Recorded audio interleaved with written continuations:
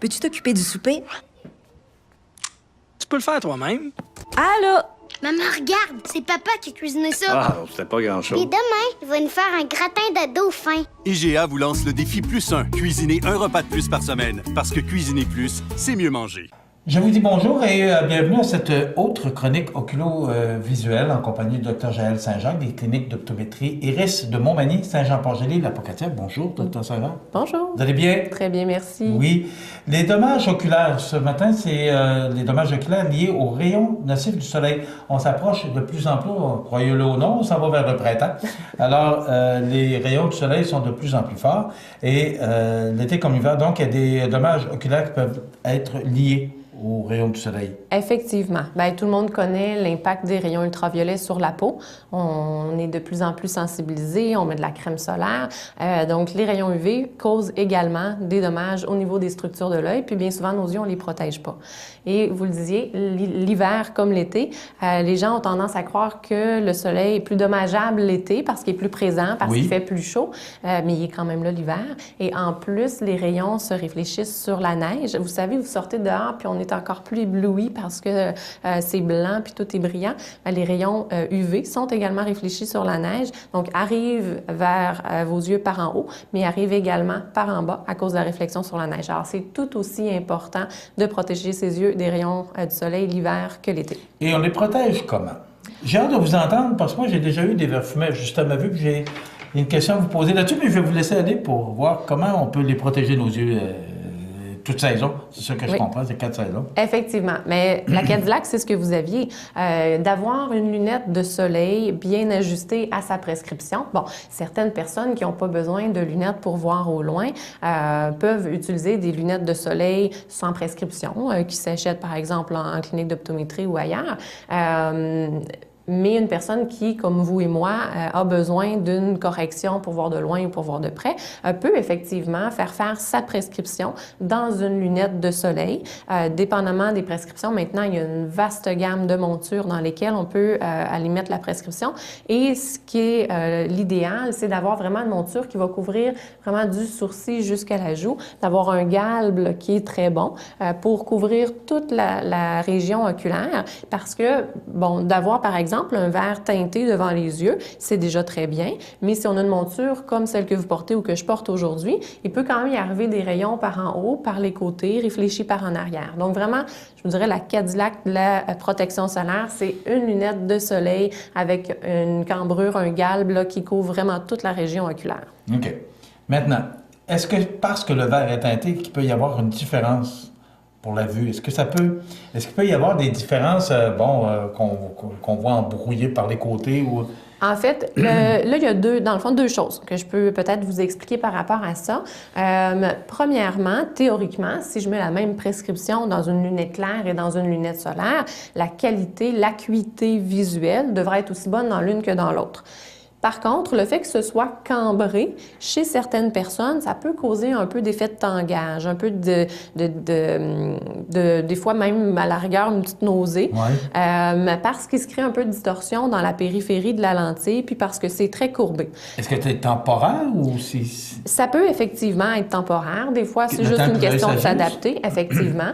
Maintenant, les nouvelles technologies en lentilles vont effectivement compenser pour cet effet-là. On prend plus de mesures. Les lentilles de nouvelle génération sont calculées avec des générateurs là, de très haute technologie qui viennent compenser pour la cambrure puis faciliter l'adaptation, rendre ça plus confortable. Je vous dirais qu'il y a un cas ici et là où vraiment la cambrure est un inconvénient majeur, puis à ce moment-là, on retourne avec une lunette plus droite. Mais maintenant, avec les lentilles qu'on a sur le marché, la plupart des gens sont capables de bien les tolérer. Donc ça, c'est la portion plus cambrure. Vous me parliez de la teinte. C'est certain que la teinte, c'est important de la choisir pour son confort. C'est pas ce qui protège. Dans le fond, on peut avoir un verre complètement clair, mais qui protège contre les rayons UV. Il n'est pas obligé de teinter. Non. C'est un traitement qui est appliqué sur la lentille qui va couper les rayons ultraviolets. La teinte, elle est là pour votre confort. Généralement, on a grosso modo 3 ou 4 couleurs assez populaires, je vous dirais. Là, le gris. Le gris, c'est la teinte qui coupe le plus la luminosité. Alors, les personnes qui sont hyper sensibles au soleil, bien souvent vont préférer le gris et ça n'altère pas la perception des couleurs. Moi, je le trouve un peu trop foncé à mon goût. Je vous dirais que moi, j'aime mieux les teintes plus bronze ou à la rigueur un peu rosées. C'est des teintes qui, dans un usage général au quotidien, sont très confortables par temps assez ensoleillé, mais aussi par temps nuageux. Des fois, là, c'est tout blanc. Le ciel est rempli de nuages, puis on est pratiquement aussi ébloui que quand il fait soleil. Et les teintes avec un peu de brun, le bronze, le rosé vont rehausser les contrastes. Moi, j'aime ça dire qu'avec mes lunettes roses, ben, je dis rose, elle n'est pas complètement rose, là, mais c'est comme s'il fait beau même quand il pleut, là, parce que ça rehausse les contrastes, ça améliore la perception visuelle. Et il y a certaines personnes aussi qui aiment, vous avez peut-être souvenance, là, le gris-vert, là. Les gens qui conduisent, il y a des gens qui aiment beaucoup cette teinte-là également. Donc, la première chose qui est hyper importante quand on choisit une lunette de soleil, c'est de s'assurer qu'elle protège contre les rayons ultraviolets. Ensuite, la teinte, il faut l'essayer. Allez dehors avec la lunette. Quand vous venez chez nous, si vous voulez l'essayer sur le bord de la fenêtre, si vous voulez sortir à l'extérieur, c'est important de choisir la teinte pour son confort.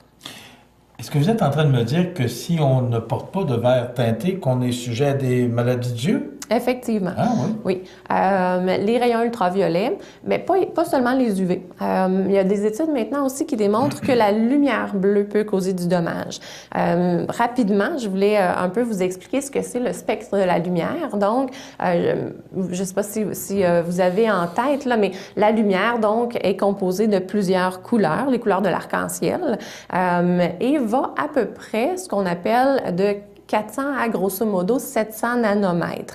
En bas de 400 nanomètres, c'est les rayons ultraviolets. C'est pour ça que vous voyez des fois, là, quand on regarde des lunettes UV 400, c'est parce qu'elles coupent jusqu'à 400 nanomètres. Et après ça, quand on tombe dans la lumière visible, bien, le bleu, il est tout près du rayon ultraviolet. Alors lui aussi, il cause du dommage. Donc, les rayons UV, les rayons nocifs du soleil peuvent accélérer, par exemple, la formation de cataracte. Donc, la cataracte, c'est une perte de transparence, une opacification du cristallin, une structure qu'on a à l'intérieur de l'œil, puis qui va progressivement... Oui, vous m'avez mentionné que les cataractes, personne passait à côté. Est-ce que, dans une chronique précédente, vous disiez que tout le monde était sujet, qu'à un âge ou un autre, à un moment donné, on finit par avoir des cataractes? Donc, ce que je comprends, ce sont les rayons du soleil, et on peut prévenir.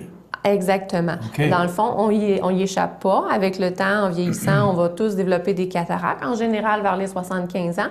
Mais quelqu'un qui a passé toute sa vie à travailler dehors, à s'exposer au soleil sans se protéger, a de fortes chances de les développer beaucoup plus jeune que quelqu'un d'autre. Okay. Alors, en protégeant nos yeux du soleil, on peut les retarder.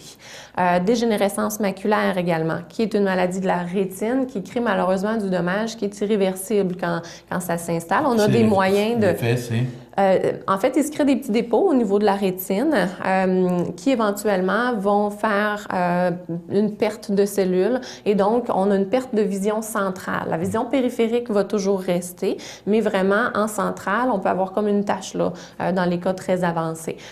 Donc la dégénérescence maculaire également, et le risque est augmenté quand on ne protège pas nos yeux du soleil et également la lumière bleue. Donc ça, c'est des choses qui sont à l'intérieur de l'œil, mais en surface également. Sur le blanc de l'œil, certaines personnes, des fois, viennent me voir à la clinique puis ont remarqué qu'ils ont une petite bosse là, sur le blanc de l'œil, tout près de l'iris. Une petite bosse qui est comme blanc-jaunâtre. Ça s'appelle un pinguicula. Donc, ça a un drôle de nom, là. Puis là, je rassure le patient. Vous l'avez retenu? C'est pas dangereux en soi, mais ça fait une bosse blanc-jaunâtre sur la surface de l'œil qui a tendance à s'inflammer, à devenir un peu rouge, un peu irrité quand on passe une grande journée au soleil et au vent. Donc, c'est les rayons UV également. On est capable de faire disparaître... Est-ce que c'est... Non. Non? Non. Si éventuellement ça progresse en ce qu'on appelle un ptérygion, le ptérygion, c'est quand cette espèce de membrane cicatricielle-là progresse vers le centre de la cornée.